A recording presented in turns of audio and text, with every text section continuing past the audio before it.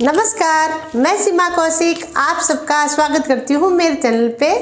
तो सबसे पहले ये 250 ग्राम मैंने बैंगन लिए हैं, कांटे वाले हैं। आपके पास में जो भी है आप ले सकते हैं, ये देसी बैंगन है।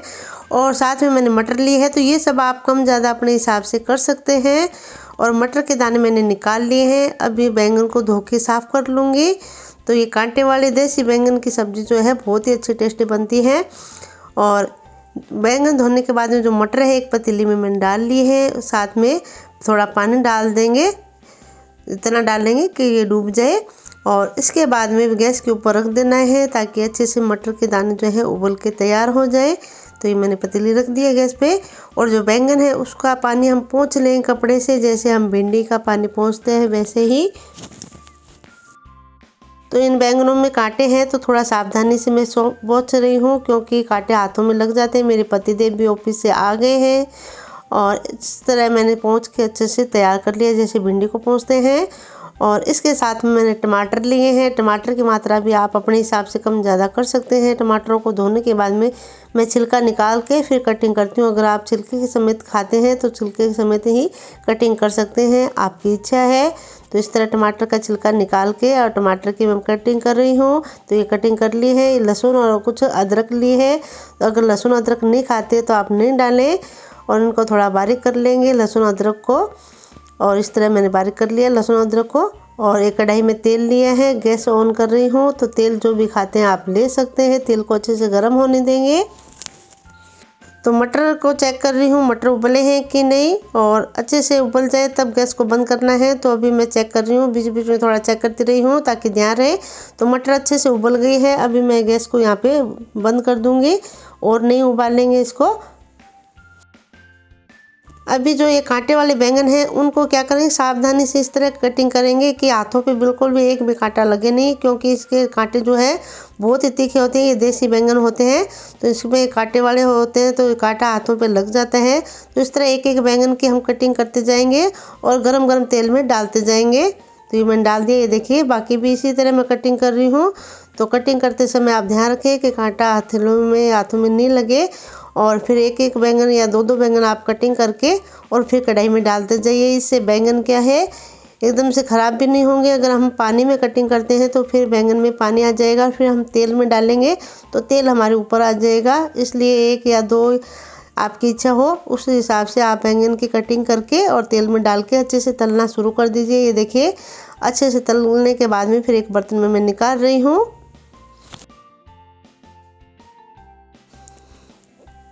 और गैस को मैंने वापस फुल कर लिया है जब अगला राउंड डाला है, और ताकि अच्छे से जो बैंगन है वो तल के तैयार हो।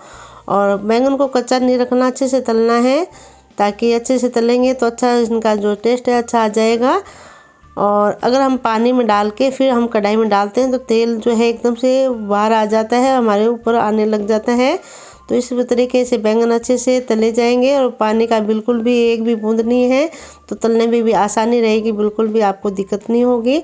तो इस तरह सारे बैंगन मैं तल के तैयार कर रही हूँ।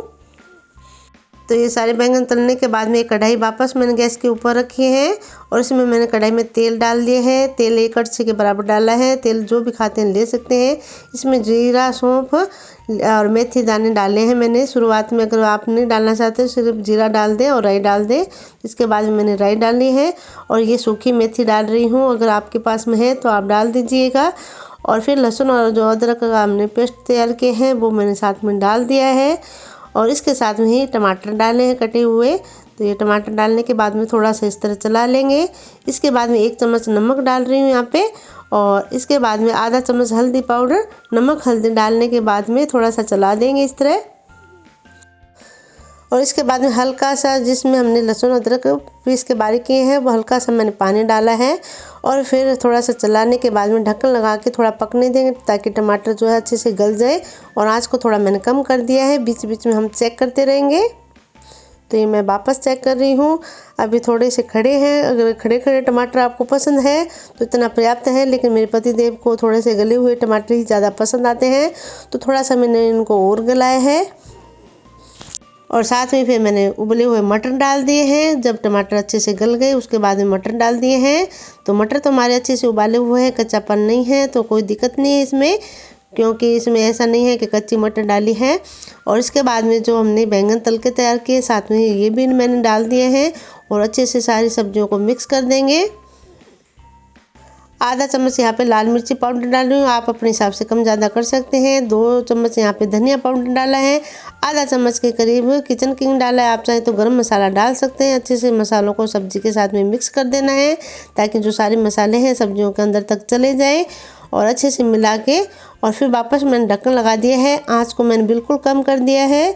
थोड़ी देर इसे पकाना ज़रूरी है ताकि जो मसाले हमने डाले हैं सब्जियों के अंदर जाए। और पकने के बाद में फिर मैंने गैस से नीचे उतार लिया है कढ़ाई को और अभी मैं हरा धनिया कटिंग कर रही हूँ। अगर आपके पास में है तो आप डाल सकते हैं। ऊपर से हरा धनिया मैंने डाल दिया है।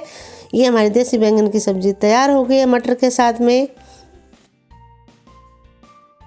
तो ये हमारी सब्ज़ी तैयार हो गई है। आप देख सकते हैं कितनी अच्छी बनी है और जितनी देखने में अच्छी लग रही है उतनी ही खाने में टेस्टी लगती है। तो आप ज़रूर बनाइएगा और हमें ज़रूर बताइएगा आपको ये वीडियो कैसा लगा। अगर आपको पसंद आया तो लाइक व सब्सक्राइब करना ना भूलें, कमेंट अवश्य कीजिएगा। आप सबका बहुत बहुत धन्यवाद। मिलते हैं अगले वीडियो में।